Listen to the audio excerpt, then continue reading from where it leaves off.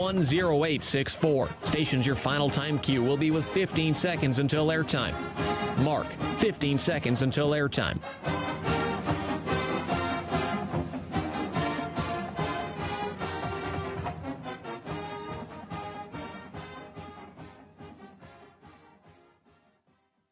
The following is a presentation of Learfield. Welcome to Duck Insider. Our whole athletic department, there's a level of expectations of success. Throw, catch, touchdown, Oregon. He can run and slam. He's back out for a three. Left wing is good. Deep to right field at the warning track. See ya. Really excited that we get to rep our Ducks and hopefully come back to Eugene with some championships. At the buzzer. We have so many teams that are excelling right now, and it's really fun to be a part of. Give it to me, baby. My house. I'm taking it there. Huge win for Oregon.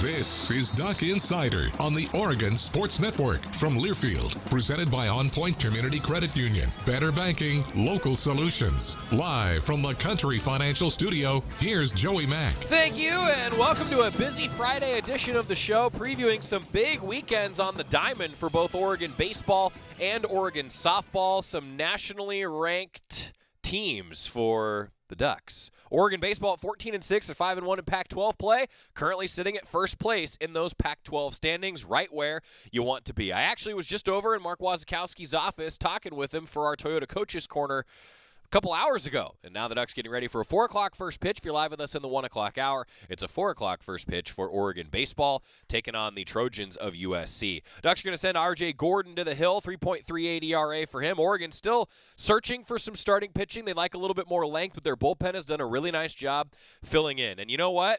When the Ducks hit, they tend to hit with a fury.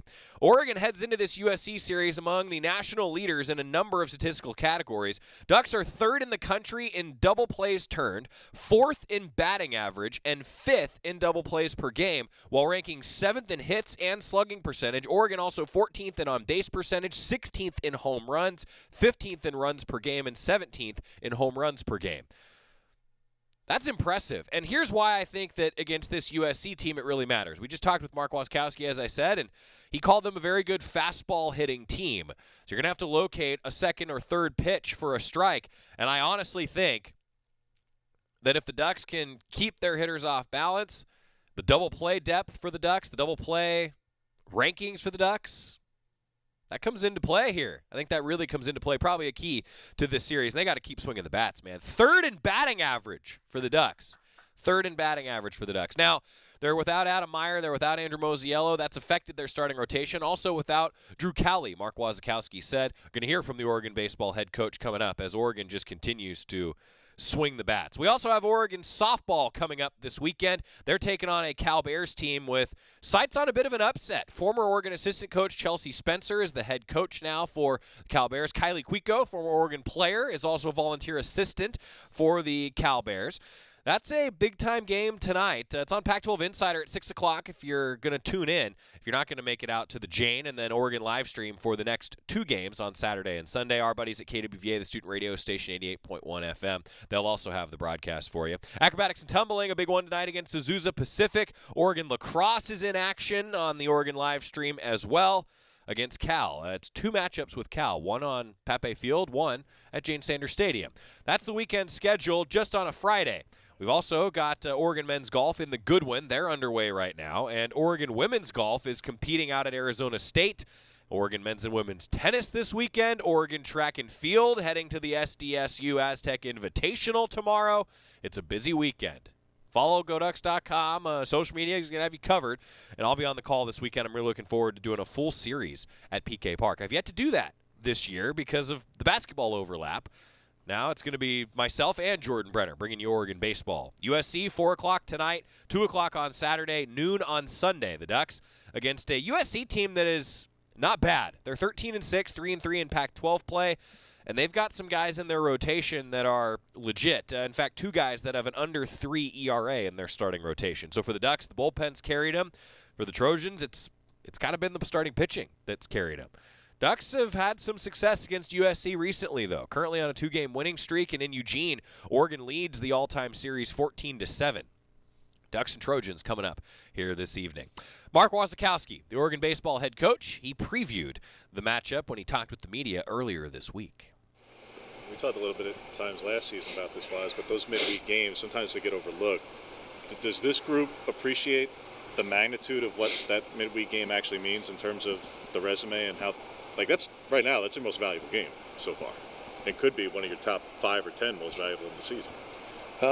Yeah, no, it was a good midweek win for us. That's why we scheduled Gonzaga on the road. We felt like they would probably be on top of their conference, just like San Diego and all these other teams that we've played so far. And so for us to go in there and take care of business, I mean, we advertised.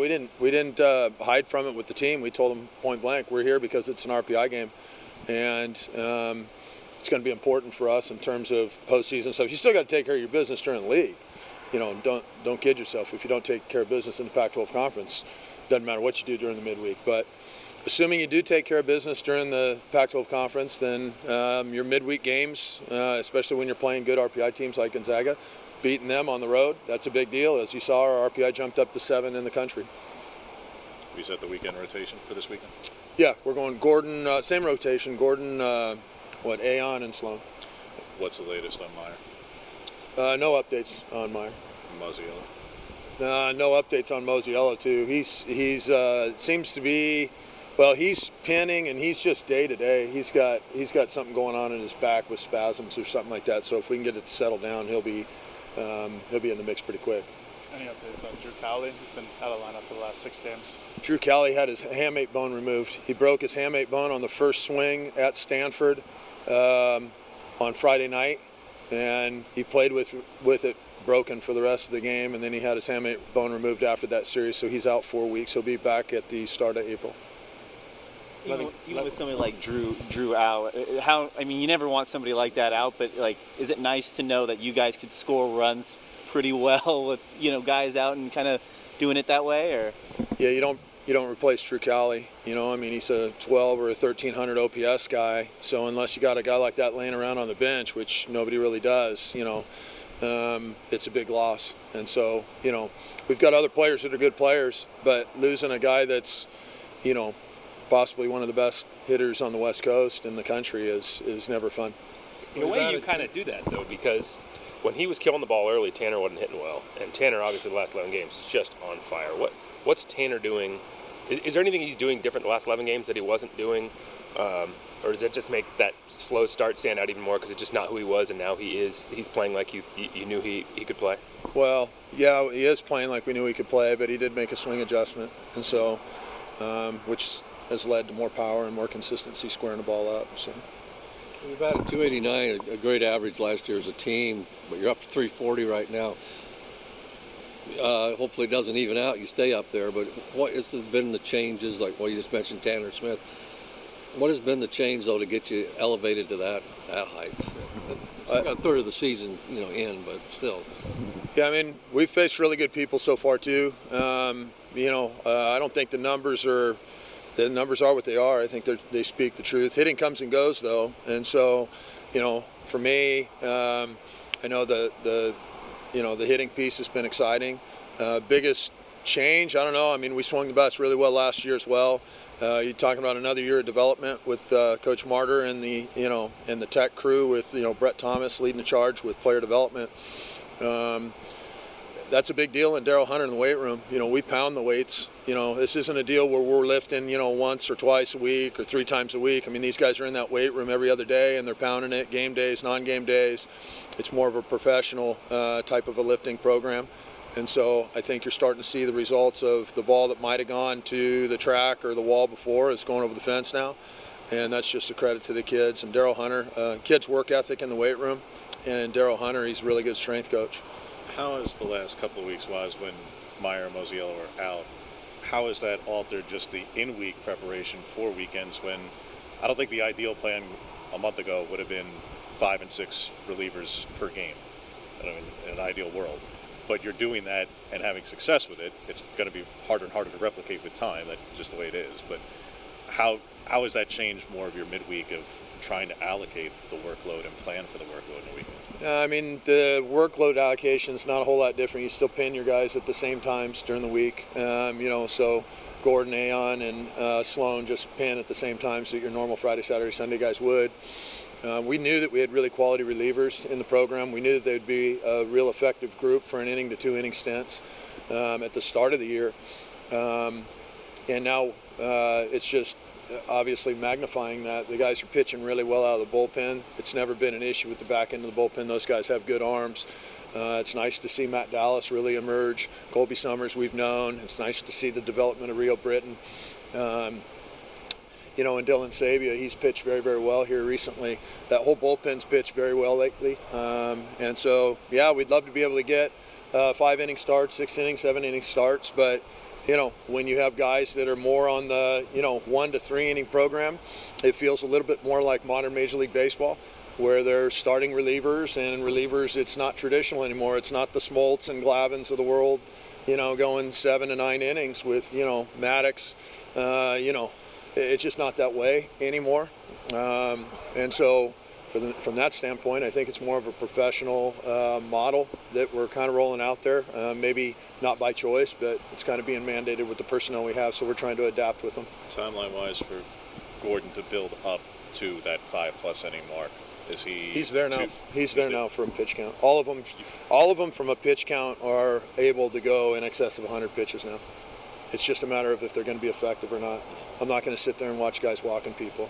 I'm not very patient with that kind of stuff. So if guys want to go out there and dance around the zone and not pitch the way the standard at Oregon has been, then they won't get the ball.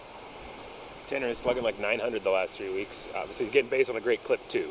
Is he your leadoff hitter for sure? Or do you think about moving him down a spot or two to drive in some runs? No, I like our lineup. I think we're doing just fine with the offense. I'm not going to try to reinvent the wheel with what those guys are doing right now. I just pretty much try to stay out of their way. That's a good thing as a coach, right? When you can just stay out of their way because they're doing things well offensively, but still walking too many guys. You heard Mark Wasikowski say, and he's a straight shooter. He's always going to say this. Just can't be walking guys. He doesn't have the patience for that. Huge key in this matchup against a pretty good Trojan team. The Ducks only had 2 guys that walked players in that top 20 road win on Tuesday against Gonzaga. They used, I think, 6-7 pitchers. But it was the starter in Jacob Hughes who walked just too many guys. That's the key for this team. Throw strikes, keep doing what you're doing offensively. We're going to talk with Josh Kasevich and Tanner Smith when we come back. Oregon and USC 3-game set at PK Park. Come on out. Enjoy that new video board. Back after this on the Oregon Sports Network from Learfield. Thanks for calling Toyota. This is Jan. How can I help? Hey, Jan. Say, is now a good time for a new Toyota? You bet it is. Now through April 4th is the perfect time to shop for a RAV4, Tundra, Tacoma, Corolla, and more. Imagine yourself in a RAV4. Where would you go first? Skinny Al's Barbecue. I'm imagining you inviting me. Let your imagination run wild at your participating Toyota dealer. Ready, set, go get your Toyota today. Toyota, let's go places. Dealer inventory may vary. After 2 years of construction, my wife and I finally moved into our dream home. So when a bathtub fixture broke, causing major water damage, I was glad we had the home insurance protection we needed. How do you know your home is protected? Talk to a Country Financial rep like me, Nick Simon. We can help you understand your options and select coverages to meet your needs. Then if something happens to your home, you won't have any surprises. Need the right coverage for your home but not sure where to start? Visit TakeSimpleSteps.com or contact a local Country representative.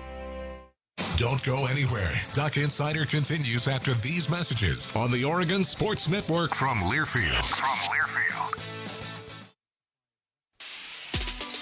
Look out, world, we're getting strong. The future's here and we belong. She can STEM, she can do more. Like build a rocket and watch it soar. Or clean the oceans and make the world a better place. Oh, she can STEM, so can you. Find a cure, invent something new. There's no challenge in the world that she can't face. She can STEM. Learn more at She Can STEM. A message brought to you by the Ad Council. Steven. Who said that? Me, down here. Ugh, what are you, a yellow booger? I'm a banana slug, Steven. What are you doing in my room? I'm your sense of adventure. It's been a long time since we've had an adventure in the forest. Mom took me to the forest last year. I'm a slug, Steven. It took me a long time to get here. You're right. I should get out. Yeah, the forest is not that far away. Hey, Mom! Come to the forest where the more adventurous you lives. Check out discovertheforest.org for cool places nearby. Brought to you by the U.S. Forest Service and the Ad Council.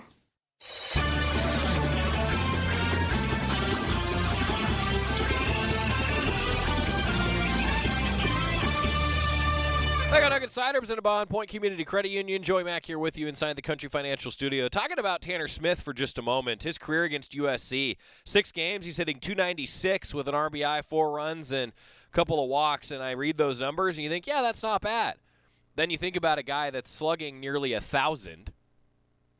It's a pretty good number. Over his last 9 games, I believe. And then over his last 11, he's just been absolutely red hot. I mean, Tanner Smith, I was looking at some of the numbers today, and I want to read you some of the batting averages for this Oregon team, all right? So bear with me. We're going to get a little stat nerdy on you. I was just going through the numbers actually this morning, so print out, if you will. Print out. Okay, so Colby Shade's hitting .438. Brendan Malone's hitting .367. Jacob Walsh, 364. Josh Kasevich, .346. Tanner Smith, .339. Or Gavin Grant, .339. Tanner Smith, .326. Has 4 doubles in the last, 10 days. I mean, it's just wild to look at some of those numbers and go, wow, pretty good. That's why the Ducks are 3rd nationally in batting average. Tanner Smith has been a big reason why. Josh Kasevich, though, before we hear from Tanner, Kasevich is so good defensively. Made a couple errors in that first weekend against San Diego, but has really settled into, I think, a leadership role in the lineup. The Ducks have a lot of protection around him in the lineup, and boy, does he have a nose for the RBI. He's another guy that's been hitting the ball extremely well. He is currently the 2nd toughest to strike out in the Pac-12. He's only averaging 1 strikeout per every 13 at-bats. Pretty darn good for Josh Kasevich. And at USC last year, he went 3 for 8 and had 3 RBI. He had a .822 slugging percentage. Not bad. Let's hear from Josh Kasevich, the Oregon shortstop. I feel like when you guys are hitting the way you are right now as a team, and you could probably count out every individual, but collectively that you guys are hitting this well with this much power, this much accuracy. What is that like right now, Doug? It's incredible. I mean, every guy kind of gets up there and they can do what they're up there to do. Everybody kind of just keeps the line moving.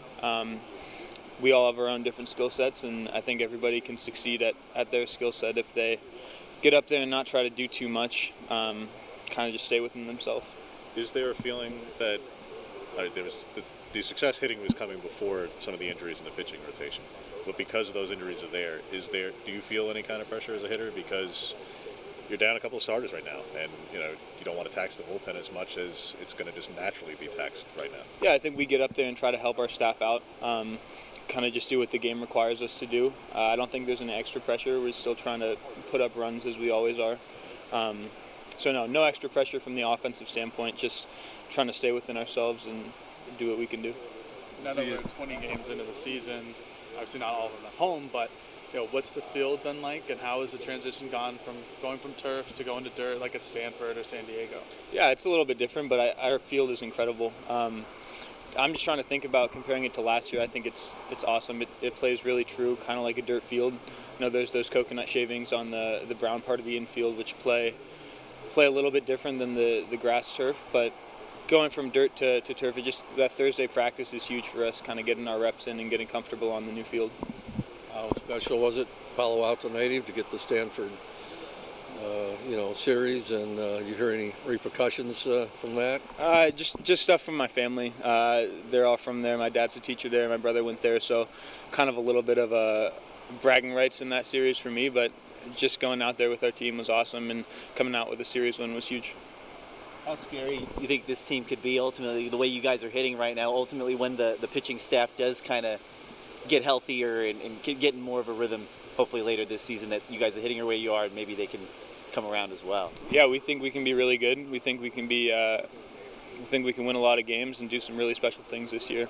Yeah. Hitting in the 5-hole right now behind Jacob Walsh in front of Anthony Hall. What's it like for you to have those two guys in front and behind you, and for you partially with hitting for power, which hasn't come yet this season? Is that something you've been working on, or is that just going to come as the season goes on? Obviously, we're working on that, and being surrounded by unbelievable hitters throughout the lineup is really a blessing. It doesn't really fall on one guy. Any guy can do damage in our lineup, and I think that makes our offense really versatile and really special. When you're looking at it, Josh, by way of the power aspect, are there things that you're consciously making adjustments to because you feel like there's something to fix, or is this just everyone knows you and they are making it brutally difficult on you to actually hit for power? Yeah, I think there's always adjustments you can make. Obviously, I'm working with Coach Martyr, but still just trying to get on base for the guys around me and kind of do my part in this lineup. How nice is it to have a guy like Tanner leading off and then that whole lineup to follow there? Couldn't be better. I can't think of a better guy to kind of get our offense going and spark us. He's definitely a leader in the clubhouse and on the field, and we kind of rally around him. He was definitely scuffling for a couple weeks early in the year. What was it like to see him? What was your perspective on what he was going through and how he got himself to the place he's at now? Yeah, he's an incredible worker. There was never a doubt that he was going to get going. He's in the cages all the time, before practice, after practice, kind of whenever. So there was never a doubt for him to get going. Really happy with the success he's been having, and I know it'll continue. Know that it'll continue, and that's the work ethic, right? And Josh Kasevich is one of those guys. I remember Mark Wasikowski once said that he thought Josh Kasevich might be the hardest working player that he's ever been around. Saying something, because Mark Wasikowski's been around some, trust me, really hard-working players. Oregon, USC, coming up here at 4 o'clock. 3:45 pregame show. We'll talk with Mark Wasikowski one more time before that first pitch is thrown. But speaking about Tanner Smith, he's a leader for this team. Now, we've seen him be a leader in so many ways, and he's a nominee for the Senior Class Award, one of 30. Ducks have 3 of them on that list of 30, and it recognizes not just your competition on the field, but what you do in the classroom, what you do in your community. That's why they call it class, right? Senior Class Award nominee Tanner Smith, he met with the media this week previewing the USC series. 11-game hitting streak now. Just how comfortable are you feeling at the plate? Feeling good. Seeing the ball really well, and got some really hot hitters behind me, so I'm getting some really good pitches to hit, and just enjoying every moment. It feels like just a couple weeks ago I was asking you, how are you going to get out of this little slump, and here you are, 11-game hitting streak, 6 home runs your last 9 games. Just what were some of the things that you worked on and trying to get a better swing pattern? Honestly, it was just really staying positive. Like I told you a couple weeks ago, hitting comes and goes, and, understanding that, there's going to be moments when it doesn't go your way, and there's going to be moments, when it does. And so, just finding the positives and riding with them. If that's the approach to handling a slump, trying to find some positive, how do you mentally approach being where you're at right now? Are you just waiting for that next slump to come around the corner? Or are you trying to just forget that? No, I honestly try to just slow down these moments right now, and just continuing to improve every day. Just trying to get better with the swing, with the approach, with just the vision, everything, and just one day at a time. Campaigning at all to move down in the order at all, since you're with all the extra base hits, campaigning to move down in the order at all? No, it's luckily 6, 7, 8, 9 do their job slugging, getting on base just the same as I do, and so I think it's everybody could hit 3, everybody could hit 1 in this lineup. When you're going like you are right now, can you describe what it's like to be at the plate as you right now? It's fun. It's what makes the game enjoyable. It's it's why you play the game for moments like this. Absolutely. Coach alluded to the weightlifting. Do you think some of the balls that are going over the fence this year for you may have been a little short last year? Maybe. I guess I'll never know, but I just got to give credit to the weightlifting. Got to give credit to Daryl. 4 years under Daryl, and you're obviously bound to put on some strength. But you put some work in this offseason, right, to try to not be a guy who's just driving doubles into the corners, into the gaps, but a guy who was putting balls over fences. Absolutely, yeah.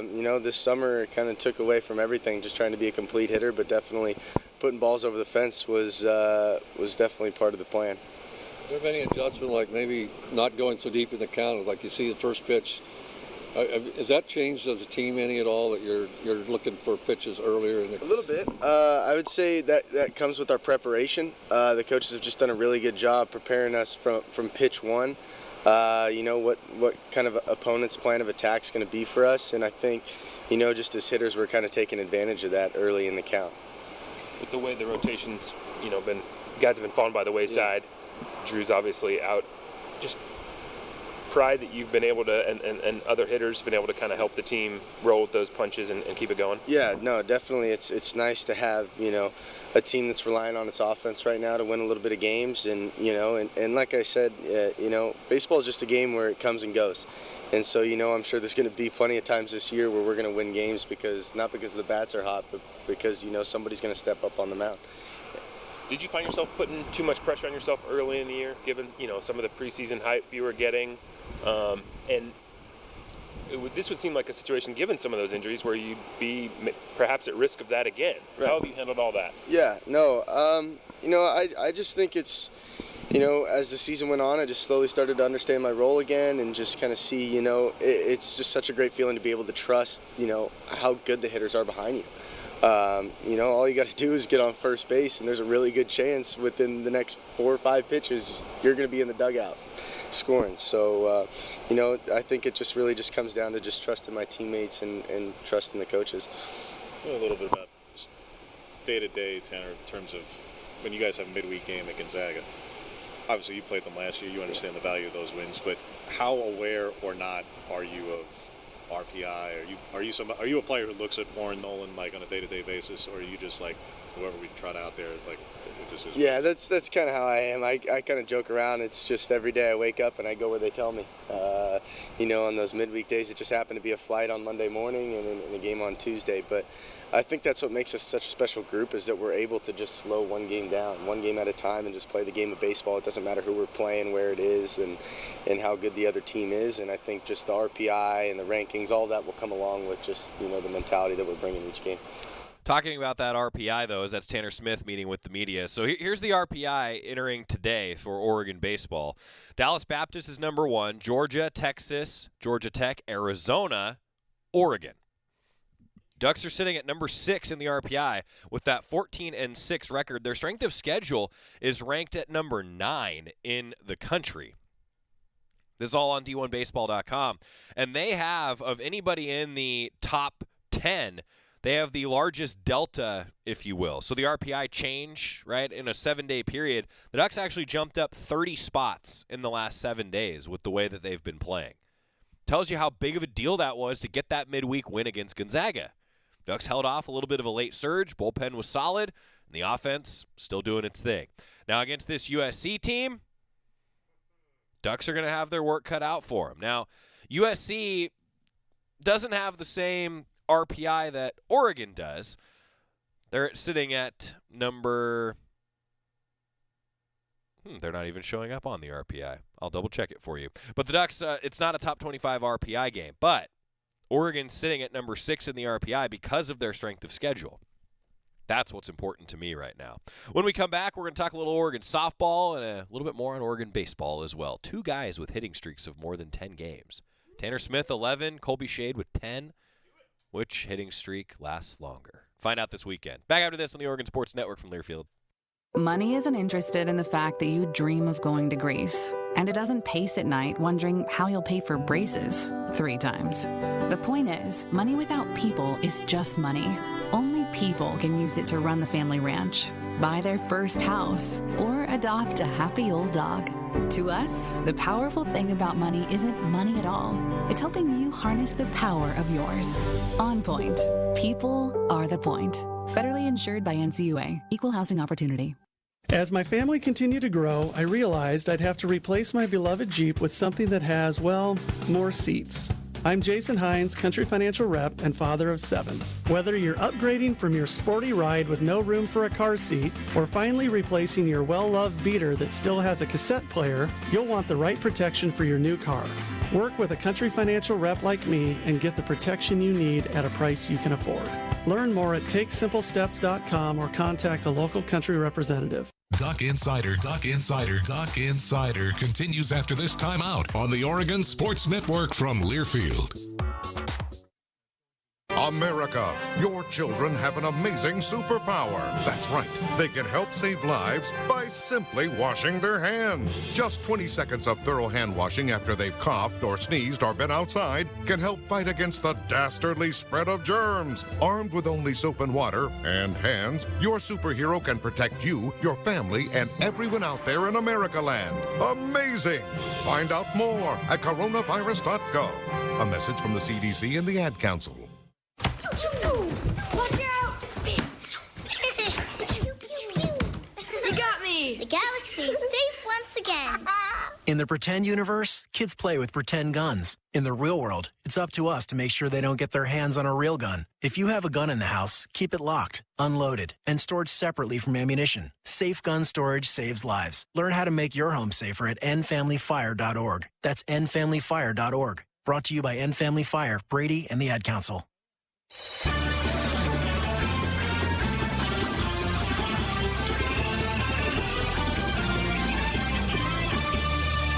Back inside the Country Financial Studio, Duck Insider, presented by On Point Community Credit Union. Been talking a lot of baseball. Now let's switch over to Jane Sanders Stadium, talk some softball. 6 o'clock here this evening, Oregon hosts California. Ducks need some Pac-12 wins. They've been facing some adversity, Oregon softball has. Lineup's been kind of up and down. Been dealing with players in and out. And I'll tell you what, though, the defense has really been on display. We talked with Nikki Reagan, Oregon softball assistant coach, about that earlier this week. I think it's safe to say that Melyssa Lombardi is pretty darn happy with the way the defense has played. Going to hear from Coach Lombardi, KK Humphreys, and Hannah Delgado. We begin with the Oregon softball head coach, Missy Lombardi, previewing the weekend series against Cal. Coach, congratulations on a pretty good series. Coming out of that weekend, going 3-1. In your assessment, how can you get the team to perform like they did in games 3 and 4 versus game 1, where they're able to execute, you know what I'm talking about, but in your assessment, how would you get that out of this coming team? I think the biggest thing is just, we're going to continue to get opportunities. That was our first pack. And I just think as we continue to get opportunities, I think you'll see that happen with these guys. Coach, a little bit of a injury absence update. McKenna and Carissa didn't make the trip. Paige got hit with that hit by pitch. Where's everyone sort of sitting? Yeah, you'll see McKenna return this weekend. With the other two, we're still figuring out what the weekend's going to look like for them. Is there any update on what Paige's status is? No, it's just to be determined. In the circle, it seemed like Stevie was hitting her spots, but with Jordan and Reagan, it seemed like they had inconsistent performances. How would you evaluate your pitching staff this weekend, and then how do you get the most out of them moving forward? I think, that the biggest thing is for them, anytime we can work ahead and execute our plans, I think it's in our favor. I think we've got a great staff. So with the pack, the hitters that we face, it's not like you're just facing the first couple of hitters and then you can get through. I think top to the bottom of the lineup are tough. And so you need to get through them once, and then now you have to be able to go through them again, and continue on. So I think it's important that we continue to work to get ahead. I think when we fall behind, it gives us more work to do, more pitches that we have to throw in each at bat. Missy, kind of going back to the injuries, it looked like Tara has the cast off. Is she at least able to give it a go in practice now, or is this the weekend she'll be coming back, or does it look like next weekend? She's still working on it. We're close. We're closer now than we were before, but she's still working on it. So you won't see her this weekend. Coach, if you could speak to the team coming back, but specifically in that BYU game, Jordan kind of gave up the lead, or, it was a tie game, not the lead per se, but you could see in her face that she had that disappointment, but the team bounced back that next half inning, had her back, went back on top. Not just the ability to come back, but really come back and have the pitchers back, when a mistake is made, to take that pressure off. Could you speak to that, how that team embodies that? That's what I think I love most about this team, is that they love playing for each other and they take care of each other. I mean, if you look early in the year, we weren't scoring a whole lot of runs, and I thought our pitchers did a great job of keeping the opponent at bay. So when we have all 3 cylinders rolling, you can see how tough we are. But there's times where if pitchers are struggling a little bit, then I need defense and I need our offense to step up. There's times where we're, not going to score a couple, ton of runs off a pitcher. then same thing. So I think they've done a good job of that. And really understanding this year that it's not just about one or two that's going to determine whether we win the ball game. I think if you look throughout the entire year, every game, somebody different has stepped up or has been clutch for us. And I just continue to say, I can't say enough about our depth. You know, you look at our first game to now, we had some, you know, we've had a little bit of an injury bug. And so we've had different people in different spots, and these guys continue to step up. So I wouldn't expect any less from this team. I love that they've got each other's backs and they know how to score late in the game. I think that's a humongous quality that this team has, is the fact that they do know how to score late in a game, and that they're never, ever out of a game. At the start of the weekend, Jazz wasn't in the lineup. By the end of it, she was batting cleanup. Sort of, what was her development throughout the weekend? What went behind the decision? And can we expect to see her in the heart of the order moving forward? Yeah, I think you'll continue to see Jazz.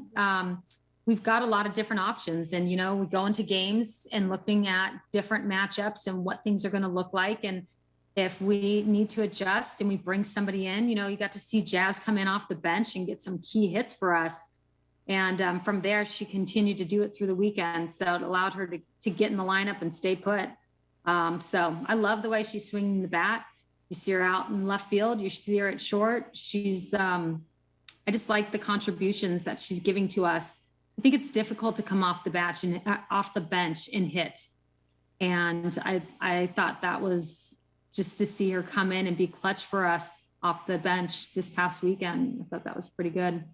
Missy, by the end of the season, you guys will probably shatter what the stolen base number was for you so far. And obviously this past game is going to be a statistical outlier, but you were trending in that way anyway.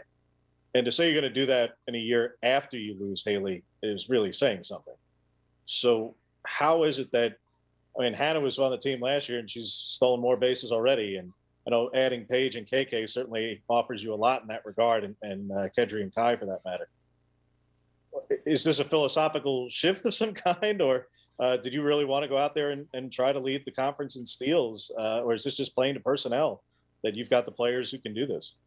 Yeah, I just think it's personnel. I mean, Haley Cruz, she could run for us, but, you know, if you only have a couple that can run, I think sometimes it almost makes it harder because you've got to pick your moments. You've got to pick your moments a little bit more because they're just expecting for her to go, where I feel like anybody in our lineup at any time can take off. And I think it allows us it opens up our offense for us. It puts pressure, you know, on the opponent. So I just think personnel, I mean, top to bottom, everybody runs really well. You alluded to the late inning success offensively, and I just wonder, you've been doing that all season long. Yeah. Is the character of your team in the late innings any different now than it was a few weeks ago? Is there even more confidence? Is there any more or less excitement in those situations because of the track record you guys have? And, you know, how I assume that might have impacted dugout in the late innings, even if you are down a run or two? I think if you look back early in the season, we had some comebacks. You look back at Northwestern and we were coming back. We just ran out of innings. I think this team has shown, even in our first weekend, we had a comeback. I think this team has shown that we're capable of doing that. You know, you have elders on this team, you've got freshmen on this team, you've got newcomers on this team.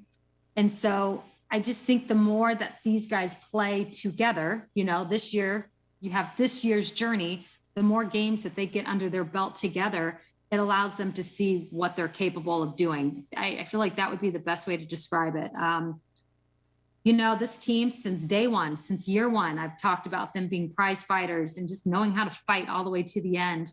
And when things don't go their way, to get up and to keep fighting. And when they have opportunity to, you know, come in and do something early, to do that as well. So I just think what you're seeing is them continuing to get additional games together, which allows them to see what they're capable of doing. I don't really think there's anything major. I just think it's just more games under their belt as a group. Coach, you talk about that success that you've had, people coming off the bench and whatnot, but one of the things that, not to identify specific players, but there's a few players that seem to kind of to be overthinking on offense and maybe defense on occasion. How do you get them to kind of self-correct and encourage them to get that focus back without feeling that added pressure? Because, you know, everyone else is being successful. And so it kind of that self-fulfilling prophecy where they're in their head and it just kind of spirals. How do you help break that? This is what I think about. I think softball is a game of failure. You hit 300 and you're 3 for 10. I mean, it's a game of failure. And so I think it's important that whether it's on the mound, at the plate, on defense, that if you get in something doesn't go your way, that you understand how to get rid of it, and get rid of it quickly.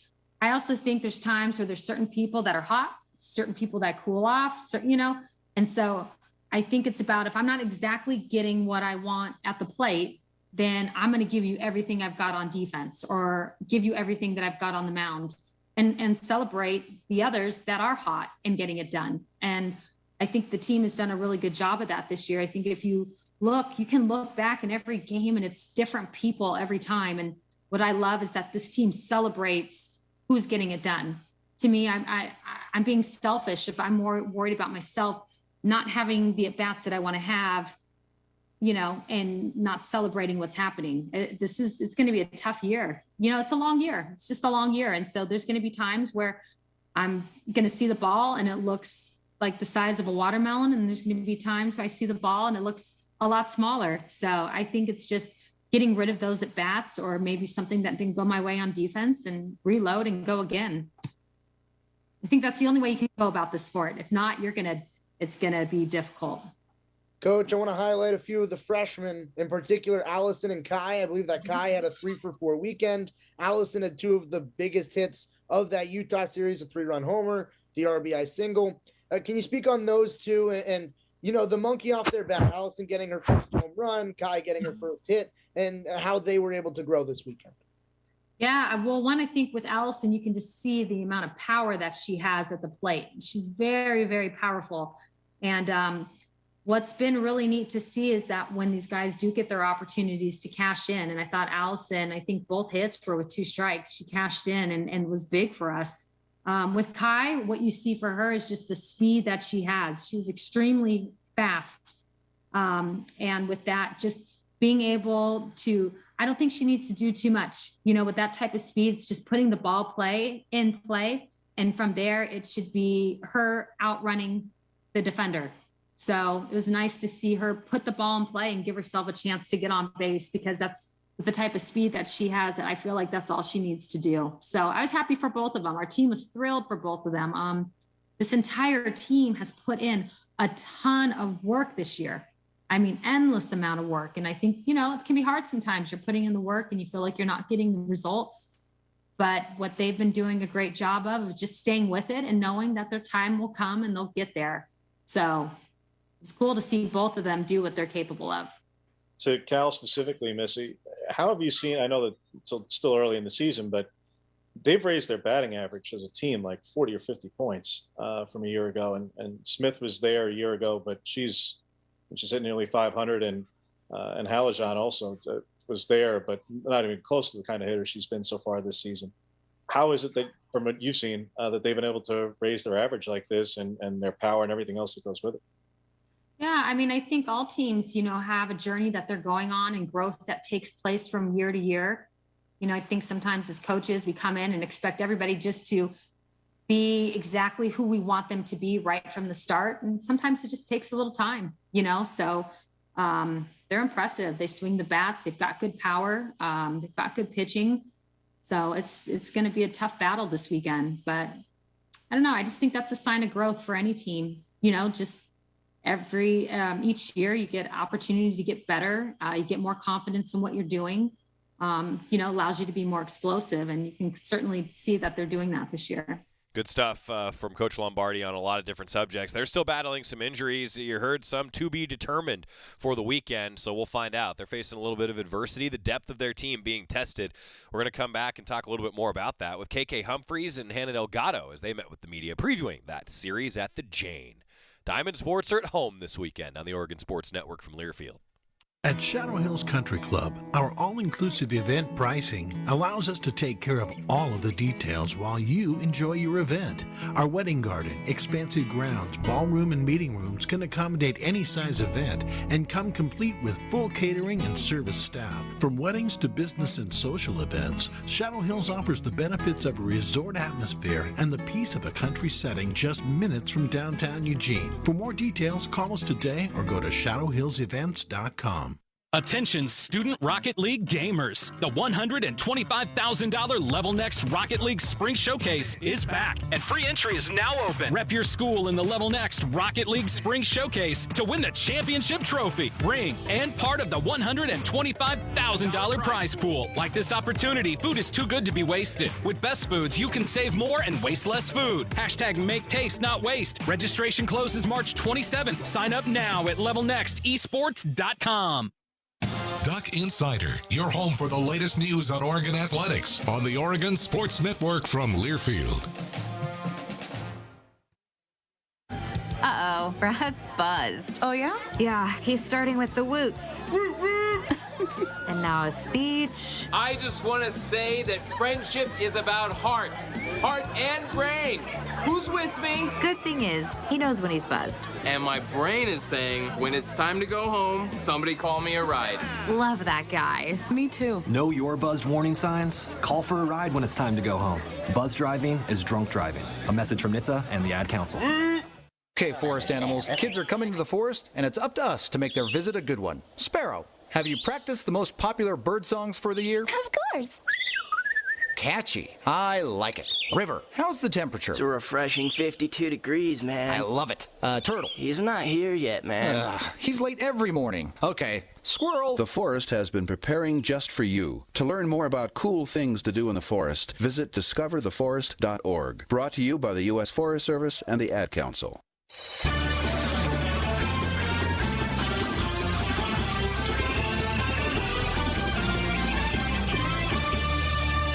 Back on Duck Insider, presented by On Point Community Credit Union. Joey Mack in the Country Financial Studio. Baseball, softball, both at home this weekend. Also Oregon lacrosse, acrobatics and tumbling tonight. Oregon track and field, men's and women's tennis, women's golf, men's golf, all in action this weekend. Busy across Oregon athletics here as we head into the overlap of the spring sports, and it's here, ladies and gentlemen. KK Humphreys, who has been a real versatile addition to this Oregon team. Man, where would they be without KK Humphreys this season? She talked with the media this week. Congratulations, KK, on a really good weekend. You got your first Pac-12 series under your belt. Kind of what are your thoughts? And if you could, as a player, what was the mood like after that first game versus the game, I'll call it game 4, the BYU game, you know, that kind of journey over the weekend? How did the team respond, and what did you see? Yeah, so as far as the first game, we obviously know the result out of that, but I think we came together after that first game together as a team and realized that we're not going to leave the field without getting the next 2 and taking the series. And as far as the BYU game, our bodies were tired, but everyone in the nation's tired. I think we just kind of all came together, like I said, as a team and be like, just one more game, let's finish this, let's take the dub, and let's get out of here and go home and start practicing all over again. Asked Coach and asked Hannah as well just about kind of your guys' success in late innings, producing big innings. You know, whether you're down or it's a close game or whatever, you guys just continue to keep your foot on the gas. You know, if you're a team that relies on a 3-run homer, you know, for your offense, you know, maybe you can have some confidence that, hey, we just need to get a certain hitter, a couple up, and they'll get that big hit we need. But you guys tend to, you know, manufacture runs, you know, play a little more small ball, have to string them together, which seems harder. But just what's the character of this team, and has the confidence level evolved over the course of the season because you've had so much success in late innings offensively? I would say for this team, we kind of just have the mindset of find a way to get on, no matter how you get on, if it's pretty or ugly, as long as you get on base for the team, it's just a goal for us. Like, we have goals each inning that we set, whether that's push 1 run, push 2 runs, and we make sure we celebrate the little things. So we make sure that, like, let's say Paige gets on with the drag bunt and they overthrow first and she gets to second. We're like celebrating that because it's a runner in scoring position, that much closer for us achieving that goal that we set. And then as far as success throughout the season, I think we've maintained a very big confidence level just knowing the versatile this team is and how much talent we have. I think we all understand how much as a team we really have. So being able to keep that confidence level at a high and keep our standards high, we're just going to keep leveling up. So in terms of being a vocal leader on the field, you've been one of the people who I've noticed after every pitch, hyping up your pitchers. Is that sort of the role that you take on? Do you like that? Or is that just sort of the emotions taking over? Yeah, that's kind of always been me. No matter who's on the mound, I feel like it's like whether it's a first pitch strike, whether it's a strikeout, whether it's a pop-up or someone makes an amazing play, I think a lot of credit goes to the pitchers because they're in it every pitch and they're the ones giving the batter, obviously, the chance to hit the ball. So, yeah, that's kind of always been me. I'm kind of the person that goes overly crazy, I guess you could say, just giving them the confidence and knowing that I'm in it and make them feel like I'm in it every pitch with them, I feel like does a lot of helpful for them. KK, not to open a wound, but on that first game, you'd actually had a 12-game hitting streak snapped that you were able to make adjustments in the following games. But if you could speak to what Shi Smith was able to do in that first game that kept you out of your kind of out of that wheelhouse, and what adjustments you were personally able to make to be able to face her in the following games and how you were so successful. Yeah, so for as far as the first game, she was just pounding me inside, and I think I was just overthinking and swinging out of my personal zone, and I was letting her off the hook as a batter. And obviously the next games, I was making sure that I know my own strike zone. I know the pitches that I can hit hard, so I wasn't letting her get away with any more at-bats of mine. And then following with that, KK, and obviously you had a lot of success last year. I know you're, technically speaking, you're transferring up, but at the same time, Fullerton is as legitimate a program as there is. So this is not that different a level of competition, truly. But beyond just the hit streak, you haven't had very many 0-for days. Even last year, you only had like 2 back-to-backs like that. Mm-hmm. How aware of that are you? Like, after that first game at Utah, like beyond the fact that it's over and naturally you're disappointed, but are you aware, like in real time, that like that happened and that just has not happened to you very often? No, I actually didn't know that I didn't have many 0-for games until you just said it right now. I think I'm so in the mindset of knowing that my teammates behind me or in front of me are going to pick me up rather than me kind of focusing on my at-bats. So whether that's me grounding out, lining out, whatever it is, I strike out, whatever, I get in the dugout, I like reset, and then I'm cheering on the next person. I kind of don't really dwell on what I'm doing. So it's kind of cool. I didn't realize that I didn't have a lot of over days. So going up against Cal means you're going up against Imani Bradley, played on the same club ball team. Did you guys overlap there? You play together? And then what's your relationship sort of like? She was actually older than me, so I didn't get the chance to play with her, but now being an alumni of the Angels organization, coming back, I have practices with her, and she's very, very amazing. She's such a well athlete, and she's a really cool person too. KK Humphreys, good stuff. Hey, you can see the sport is not that big, right? A lot of overlap there, and Cal is in town 6 o'clock starting tonight for Oregon softball. When we return, a little bit from Hannah Delgado and some spring game info, the full weekend schedule, back after this on the Oregon Sports Network from Learfield. After 2 years of construction, my wife and I finally moved into our dream home. So when a bathtub fixture broke, causing major water damage, I was glad we had the home insurance protection we needed. How do you know your home is protected? Talk to a Country Financial rep like me, Nick Simon. We can help you understand your options and select coverages to meet your needs. Then if something happens to your home, you won't have any surprises. Need the right coverage for your home but not sure where to start? Visit TakeSimpleSteps.com or contact a local Country representative. From the weight room to the classroom, on the field and off it, On Point proudly supports University of Oregon athletics because student athletes do so much more than bring us pride on game day. They bring our entire community together in Eugene and all across Oregon. So whether you're watching the game in the stadium, at home, or at your favorite local business, their success makes all of us stronger. On Point Community Credit Union. Join in. OnPointCU.com. Federally insured by NCUA. Equal housing opportunity. This is Duck Insider. Duck Insider on the Oregon Sports Network from Learfield. Tom has been a teacher for over 40 years. One day, I think one of the students had asked the question and he didn't remember the answer. And I also noticed that he was letting his class out earlier than they were supposed to let out. I was really starting to worry. Levi and I talked about how it would change our lives, but he was there beside me. When something feels different, it could be Alzheimer's. Now is the time to talk. Visit alz.org/ourstories to learn more. A message from the Alzheimer's Association and the Ad Council. Okay, men, this is your time. Maybe you didn't choose this, but you're here now. You're going to go out there and be an all-star caregiver. Cook, clean, be there emotionally and physically. You got to dig deeper. Drive them to physical therapy, doctor's appointments, because that's what caregivers do. Don't give up.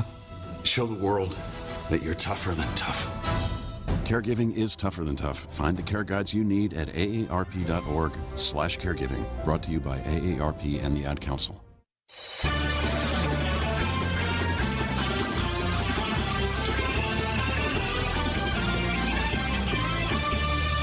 Mega Nugget Insider presented by On Point Community Credit Union. Joey Mack in the Country Financial Studio. Hearing a little bit from Hannah Delgado, who's another one of those versatile players who continues to just find ways to get on base for Oregon softball. It's kind of been the theme. Hannah Delgado is one of them. Hear a little bit from her. First, Hannah, I'd like to congratulate you on your 12-game hitting streak. A lot of success going out there. What is there that you're seeing that's making you so effective? I think right now, utilizing my slap game has helped me a lot too. I'm just seeing the ball really well, getting my pitches to hit, and with what I'm doing at the plate, I have different kinds of slaps. I have my power, I have bunting. I think it's just getting the right pitches and doing what I need to do. And it's certainly not a major development that you have speed. We saw that last season.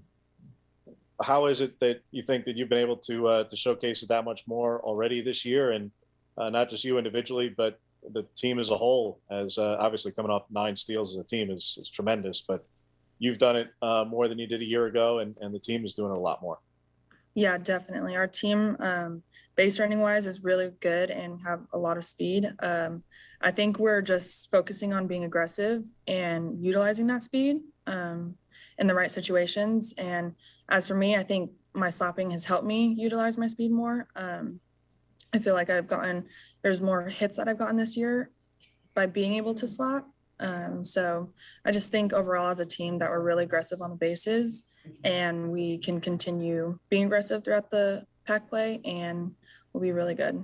Versatility, adding that slap game at this level to her game. Hannah Delgado, doing a lot of things for Oregon softball. Yeah, riding a 12-game hitting streak heading into 6 o'clock tonight against Cal. So Oregon softball, 6 o'clock tonight, 2 o'clock on Saturday, and the Ducks will finish up that series against Cal at noon on Sunday. Unfortunately, Oregon baseball, very similar schedule. 4 o'clock today against USC, 2 o'clock on Saturday, and noon on Sunday. Oregon lacrosse also in action against Cal and Stanford this weekend. Men's tennis, they just dropped one, unfortunately, to Utah as we were getting off the air here today. We'll keep you up to date on Nils Schielander's squad. Oregon women's tennis, they're in action this weekend as well. Men's golf, women's golf, both competing. And don't look now, beach volleyball. The season is upon us. And the Ducks off to a pretty good start. See you tomorrow. Go Ducks. To some, the sound of a baby babbling doesn't mean much, but that's not true. They're testing out vowels and consonants and trying different sounds. And by 12 months, their babbling is beginning to take on meaning, especially if there's no babbling at all. Little to no babbling by 12 months or later is just one of the possible signs of autism in children. Learn more at autismspeaks.org. Brought to you by Autism Speaks and the Ad Council. It's 4 a.m.